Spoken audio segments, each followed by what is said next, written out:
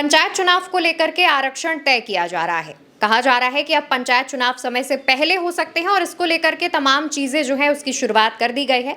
इस वक्त हमारे साथ चंद्रकांत जी हैं, उनसे हम इसी मसले पर बातचीत करेंगे। चंद्रकांत जी, जो पंचायत चुनाव को लेकर के आरक्षण तय किया जाता है, अब उसकी जो शुरुआत है वो हो चुकी है। कहा जा रहा है कि समय से पहले पंचायत चुनाव हो सकते हैं। देखिए, उत्तर प्रदेश में पंचायत चुनाव का बिगुल आप ये मानकर चलिए कि पूरी तरीके से शुरुआत हो चुकी है।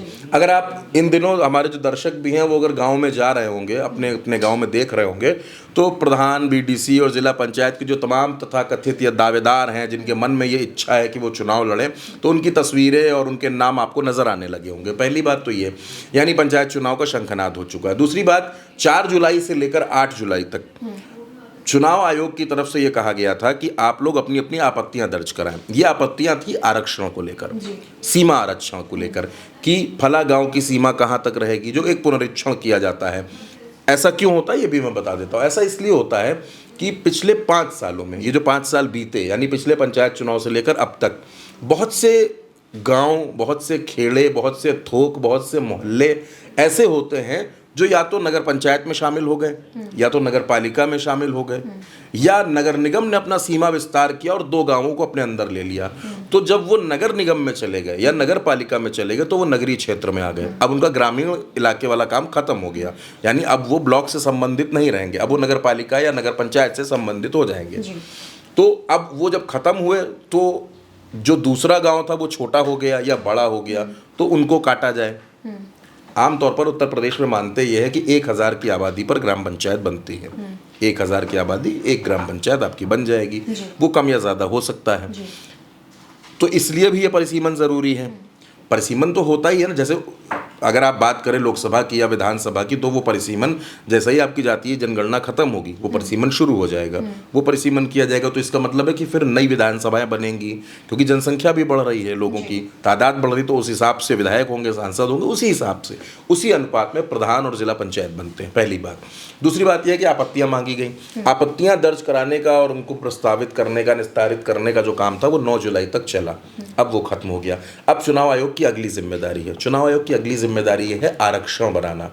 मान लीजिए आप जिस विकास खंड के रहने वाले हैं, जिस ब्लॉक के रहने वाले हैं, वहाँ पर हम मोटे तौर पर ये मान लेते हैं कि वहाँ पर 50 ग्राम पंचायतें हैं। तो उन 50 ग्राम पंचायतों में आरक्षण लागू होगा। उसमें से कुछ सीटें महिलाओं के लिए आरक्षित होंगी, कुछ सामान्य होंगी, कुछ एससी होंगी, कुछ ओबीसी होंगी, कुछ ओबीसी महिला होंगी, कुछ एससी महिला होंगी, कुछ सामान्य महिला होंगी। इस तरीके से आरक्षण वहाँ जारी किया जाता है। जब ये आरक्षण आ जाएगा, जारी कर दिया जाएगा, अब इस पर जो प्रत्याशी हैं उनको ये मौका दिया जाता है 10 दिन का, 15 दिन का, 20 दिन का, कि आप इस पर अपनी आपत्ति दर्ज कराएं। अगर आपको लगता है कि हमारे तरफ से, चुनाव आयोग की तरफ से, अधिकारियों की तरफ से ये जो आरक्षण जारी किया गया है ये गलत जारी किया गया है, तो आप इस पर आपत्ति दर्ज कराइए। आप उस पर आपत्ति दर्ज कराते हैं, फिर भी आपको लगता है कि आपकी समस्या का हल नहीं किया गया, आपकी समस्या जस की तस बनी, आपकी बात नहीं सुनी चुनाव आयोग ने, तो फिर वो जो जिन लोगों ने दावा किया है वो उसको लेकर कोर्ट जा सकते हैं, हाई कोर्ट जा सकते हैं कि देखिए हमने आपत्ति दर्ज कराई थी और इस पर गलत तरीके से कार्रवाई की जा रही है। फिर हाई कोर्ट उन अधिकारियों को वहाँ बुलाता है और उनसे पूछता है कि आपने आरक्षण कैसे किया, और अगर उसमें गलती होती तो वो आरक्षण रद्द होता है, नए सिरे से उसका आरक्षण किया जाता है। ये एक पूरा प्रोसेस हो गया। तो उत्तर प्रदेश में अब इन चीज़ों की शुरुआत हो चुकी है। कहा यह जा रहा है कि अप्रैल और मई के महीने में प्रदेश में पंचायत चुनाव होंगे, लेकिन जिस हिसाब से तैयारी दिख रही है, जुलाई के महीने से ही तैयारी शुरू हो गई है, क्योंकि देखिए बारिश का सीज़न है। बीएलओ जो है वो लगातार घर घर जाकर के, हाँ, पंचायत सूची पुनरीक्षण का भी काम शुरू होगा। पंचायत चुनाव की जो वोटर लिस्ट होती है वो अलग होती है, नगरीय क्षेत्र की वोटर लिस्ट अलग होती है, और विधानसभा, लोकसभा की वोटर लिस्ट अलग होती है, यानी आप अलग अलग वोटर लिस्ट का हिस्सा होते हैं। अगर आप ग्राम पंचायत की वोटर सूची का हिस्सा हैं तो फिर आप नगरीय क्षेत्र की पंचायत सूची का हिस्सा नहीं हो सकते। ये काम शुरू होगा और ये माना जा रहा है कि जनवरी और फरवरी के महीने में पंचायत चुनाव की शुरुआत हो जाएगी। अगर मैं आपसे बात करूं, पिछली बार उत्तर प्रदेश में तकरीबन 57,000 के आसपास ग्राम पंचायतें हैं। उत्तर प्रदेश में जो ब्लॉक हैं वो 830 के आसपास हैं। समाजवादी पार्टी ने पिछली बार बेहतर प्रदर्शन किया था पंचायत चुनाव में, लेकिन आप जानती हैं जो ज़िला पंचायत और ब्लॉक ये सब होता है, इसमें सत्ता का, सरकार का एक बड़ा रोल, बड़ा किरदार रहता है। अभी हाल ही में आपने ये भी खबर पढ़ी होगी, देखी होगी कि ओम प्रकाश राजभर ने एक मांग कर दी थी कि जो पंचायत चुनाव में ब्लॉक प्रमुख और ज़िला पंचायत अध्यक्ष का चुनाव है ये पब्लिक से करवाया जाए डायरेक्ट। यानी कि पब्लिक से करवाने का मतलब ये था कि अभी ज़िला पंचायत अध्यक्ष को ज़िला पंचायत सदस्य चुनते हैं और ब्लॉक प्रमुख को जो बीडीसी होते हैं, जो क्षेत्र पंचायत सदस्य होते हैं, वो चुनते हैं। मांग ये थी, ये प्रस्ताव बनाया जा रहा था कि पब्लिक से करा दिया जाए।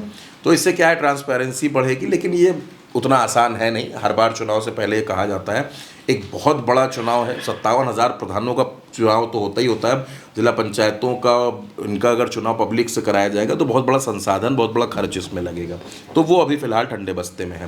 तो अब आप ये मानकर चलिए कि जो भी लोग प्रदेश में पंचायत चुनाव की तैयारी कर रहे हैं, एक तरीके से ये शंखनाद है आरक्षण की शुरुआत। और अब धीरे धीरे मैं ये कह सकता हूँ कि जनवरी और फरवरी का महीना उत्तर प्रदेश में पंचायत चुनाव होगा। जैसे ही पंचायत चुनाव खत्म होगा वैसे ही विधानसभा चुनाव की भी तैयारियां शुरू हो जाएंगी, क्योंकि 2027 में विधानसभा चुनाव भी होना है। तो एक तरीके से जो पंचायत चुनाव है ये सभी दलों के लिए एक लिटमस टेस्ट होगा। बिल्कुल। और देखिए, पंचायत चुनाव की जो तैयारियां हैं वो अभी से ही शुरू हो चुकी हैं। जुलाई के महीने की शुरुआत है और लगभग तैयारियों की शुरुआत भी हो चुकी है। कहा जा रहा है कि ये तैयारियां जल्द ही पूरी करके पंचायत चुनाव को जनवरी से फरवरी महीने के आसपास निपटा दिया जाए, अप्रैल मई के महीने से पहले पहले हो जाए, जिसके बाद फिर जो विधानसभा चुनाव होने हैं उत्तर प्रदेश में उनकी तैयारियों की शुरुआत होगी। फिलहाल के लिए हमारी इस बातचीत में इतना ही। आप भारत एक सोच पर हमारी ये बातचीत देख रहे हैं। चैनल को याद से सब्सक्राइब करिएगा। नमस्कार।